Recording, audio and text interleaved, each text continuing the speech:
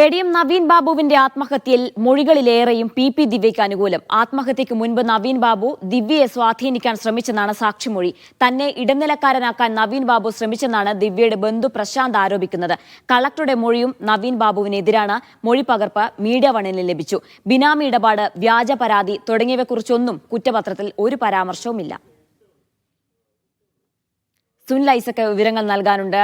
സുനിൽ, നിരവധി പഴുതുകൾ ഇതിലുണ്ട് എന്നാണോ മനസ്സിലാക്കുന്നത്? എ.ഡി.എം. എങ്ങനെ ദിവ്യയെ സ്വാധീനിക്കാൻ ശ്രമിച്ചു എന്നാണ് മൊഴിയിൽ പറയുന്നത്? കളക്ടർ എന്താണ് പറഞ്ഞത്? ജീന, നവീൻ ബാബുവിന്റെ ആത്മഹത്യയെക്കുറിച്ച് അന്വേഷിച്ച മുൻ കണ്ണൂർ ACP രത്നകുമാറിന്റെ നേതൃത്വത്തിലുള്ള അന്വേഷണ സംഘം Kannur judicial first class magistrate കോടതിയിൽ സമർപ്പിച്ചിട്ടുള്ള കുറ്റപത്രത്തിലെ മൊഴിപ്പകർപ്പുകളാണ് ഇപ്പോൾ പുറത്തു വന്നുകൊണ്ടിരിക്കുന്നത്. ഇതിൽ ഏറ്റവും പ്രധാനപ്പെട്ട കാര്യം ഈ മൊഴിപ്പകർപ്പിലെ മൊഴികളിൽ ഏറെയും ദിവ്യക്ക് അനുകൂലമായ മൊഴികളാണ് എന്നതാണ്. അതായത് ഇപ്പോൾ നോക്കൂ, ഏറ്റവും ഒടുവിൽ നമ്മൾ പുറത്തുവിടുന്നത് ഒരു TV പ്രശാന്തൻ എന്നയാളുടെ മൊഴിയാണ്. നിലവിൽ ഈ കേസുമായി ബന്ധപ്പെട്ട് ഏതെങ്കിലും ഘട്ടത്തിൽ എവിടെയെങ്കിലും അഴീക്കോട് സ്വദേശിയായ ഒരു TV പ്രശാന്തിനെ കുറിച്ച് ഒരു സൂചന പോലും ഉണ്ടായിട്ടില്ല. അതായത് ഈ സംഭവവുമായി ബന്ധപ്പെട്ട് ഇത്രയും വിവാദങ്ങൾ ഉണ്ടാവുന്നു, ആ വിവാദങ്ങളിൽ എവിടെയും കക്ഷിയായി വരാത്ത ഒരാളാണ് TV പ്രശാന്തൻ. അത് മാത്രമല്ല, ഈ TV പ്രശാന്തൻ ആ PP ദിവ്യയുടെ ഒരു ബന്ധുവാണെന്ന് കൂടി ഈ മൊഴിപ്പകർപ്പിൽ പറയുന്നുണ്ട്.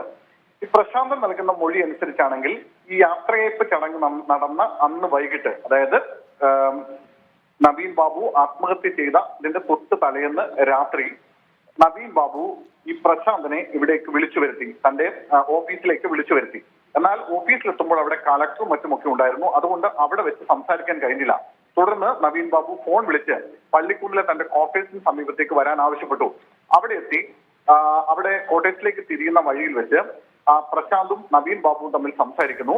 നവീൻ ബാബു പ്രശാന്തിനോട് PP ദിവ്യ തങ്ങളുടെ ബന്ധുവാണെന്നല്ലേ പറഞ്ഞത്, അങ്ങനെയാണെങ്കിൽ ദിവ്യ ഈ കേസുമായി ബന്ധപ്പെട്ട് ഏതെങ്കിലും പരാതിയിലേക്ക് പോകുന്നതിൽ നിന്ന് താൻ ഒഴിവാക്കി കൊടുക്കുന്ന കാര്യം സംസാരിക്കാമോ എന്ന് നവീൻ ബാബു പ്രശാന്തിനോട് ചോദിച്ചു എന്നാണ് ഇയാൾ മൊഴി നൽകിയിരിക്കുന്നത്.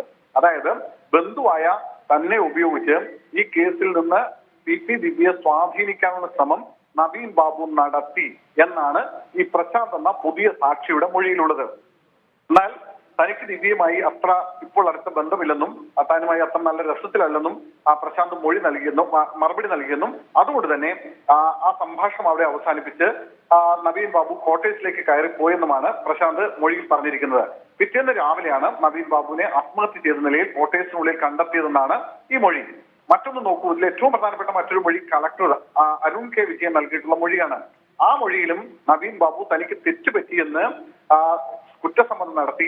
മാത്രവുമല്ല, സംസാരമൊക്കെ കഴിഞ്ഞ് ഇറങ്ങിപ്പോകാൻ നേരത്ത് വാതിലിന് അവിടെ എത്തിയ നവീൻ ബാബു തിരിഞ്ഞു നിന്ന് കളക്ടറോട് ഈ സംഭവവുമായി ബന്ധപ്പെട്ട് എന്തെങ്കിലും ഡോക്യുമെന്റ്സ് ദിവ്യയുടെ കയ്യിൽ ഉണ്ടാകുമല്ലേ എന്ന് പരിഭ്രാന്തിയോട് ചോദിച്ചു എന്ന് കളക്ടർ മൊഴി നൽകിയിരിക്കുകയാണ്.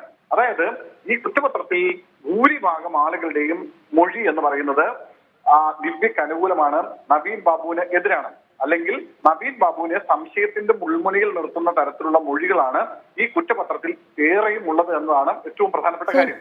മറ്റൊരു കാര്യം പറയേണ്ടത്, ഇതുമായി ബന്ധപ്പെട്ട് ചില ആരോപണങ്ങൾ ആ കാലഘട്ടത്തിൽ ഉയർന്നു വന്നിരുന്നു. ആ ആരോപണങ്ങളിൽ നിരവധി പരാതികളും വന്നിരുന്നു. അതായത് ഈ പെട്രോൾ പമ്പുമായി ബന്ധപ്പെട്ട ബിനാമി ഇടപാട്, ഒപ്പം മുഖ്യമന്ത്രിക്ക് നൽകിയെന്ന് പറയുന്ന വ്യാജ പരാതി തുടങ്ങിയവയെ കുറിച്ചുള്ള വിശദമായ അന്വേഷണം നടത്തണമെന്ന് ആവശ്യപ്പെട്ട് പല പരാതികളും ഈ അന്വേഷണ സംഘത്തിനും അന്നത്തെ സിറ്റി പോലീസ് കമ്മീഷണർ അടക്കമുള്ള ആളുകൾക്ക് ലഭിച്ചിരുന്നു.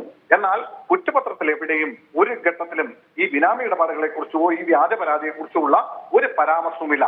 മറിച്ച് നവീൻ ബാബുവിന്റെ സംശയത്തിന്റെ മുൾമുനയിൽ നിർത്തുകയും ദിവ്യയെ രക്ഷപ്പെടുത്തിയെടുക്കാൻ ശ്രമിക്കുകയും ചെയ്യുന്ന തരത്തിലുള്ള മൊഴികളാണ് ഭൂരിഭാഗവും ഈ കുറ്റപത്രത്തിലുള്ളത് എന്നതാണ് ഇപ്പോൾ. അതായത് ഇതുവരെ നിരവധി വിവാദങ്ങൾ, ഇതുമായി ബന്ധപ്പെട്ട സംശയങ്ങളൊക്കെ ഉണ്ടായിരുന്നു. ഇപ്പോൾ ഏറ്റവും ഒടുവിലായി സുനിൽ സൂചിപ്പിച്ചതുപോലെ ഈ വ്യാജ പരാതി, അത് മുഖ്യമന്ത്രിക്ക് പരാതി നൽകിയെന്നുള്ള ഈ വ്യാജ പരാതിയെക്കുറിച്ചോ ബിനാമി ഇടപാടിനെ കുറിച്ചോ ഇതൊക്കെ ഒരുപാട് വ്യക്തത ഈ വിഷയത്തിലൊക്കെ വരാനുണ്ട്.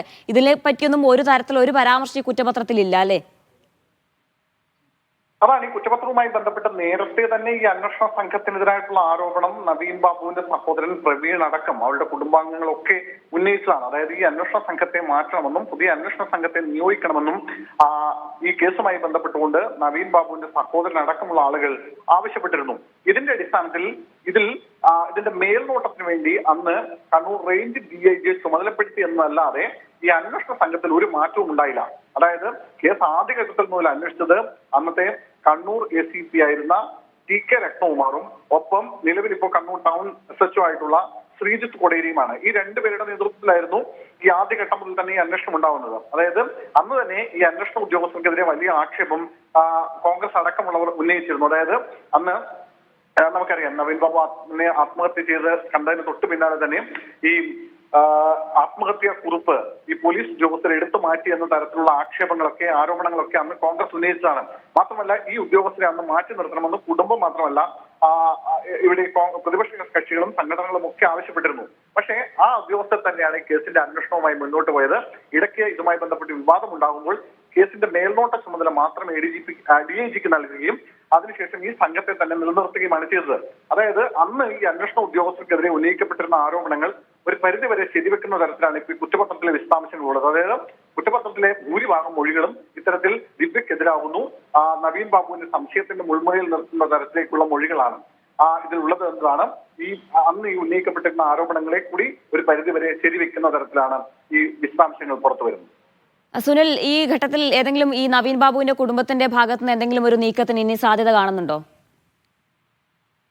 അതായത് അവർ ഈ കേസുമായി ബന്ധപ്പെട്ട് ഉന്നയിച്ച ഒരു ആരോപണം അതിൽ CBI അന്വേഷണം എന്നൊരു ആവശ്യമായിരുന്നു പ്രധാനമായും ഉന്നയിച്ചത്. അതായത് നവീൻ ബാബുവിന്റെ മരണവുമായി ബന്ധപ്പെട്ട് ദുരൂഹതയുണ്ട്, അത് അന്വേഷിക്കാനായി CBI അന്വേഷണം വേണമെന്നൊരു ആവശ്യമാണ്. പക്ഷെ അത് കോടതി പൂർണ്ണമായും ആ ആവശ്യം തള്ളിക്കളഞ്ഞു. ആ ഒരു പശ്ചാത്തലത്തിൽ കുടുംബം ഇനി ഒരുപക്ഷെ ഈ കുറ്റപത്രത്തിലെ ന്യൂനതകൾ ചൂണ്ടിക്കാട്ടിക്കൊണ്ട് ഏതെങ്കിലും തരത്തിലുള്ള നിയമ നടപടികളിലേക്ക് പോകുമെന്നാണ് കാത്തിരുന്ന് കാണേണ്ടത്. എന്തായാലും അത് സംബന്ധിച്ച ഒരു പ്രതികരണം ഇതുവരെ അവരുടെ കുടുംബത്തിന്റെ ഭാഗത്തു നിന്നും ഉണ്ടായിട്ടില്ല. ഈ കുറ്റപത്രത്തിന്റെ വിശദാംശങ്ങൾ അതിന്റെ പകർപ്പുകളൊക്കെ ഇപ്പോഴാണ് പുറത്തു വന്നുകൊണ്ടിരിക്കുന്നത്. അതിനുശേഷമായിരിക്കും എന്തെങ്കിലും ഒരു തീരുമാനം കുടുംബം എടുക്കുക എന്നാണ് നമ്മൾ പ്രതീക്ഷിക്കുന്നത്.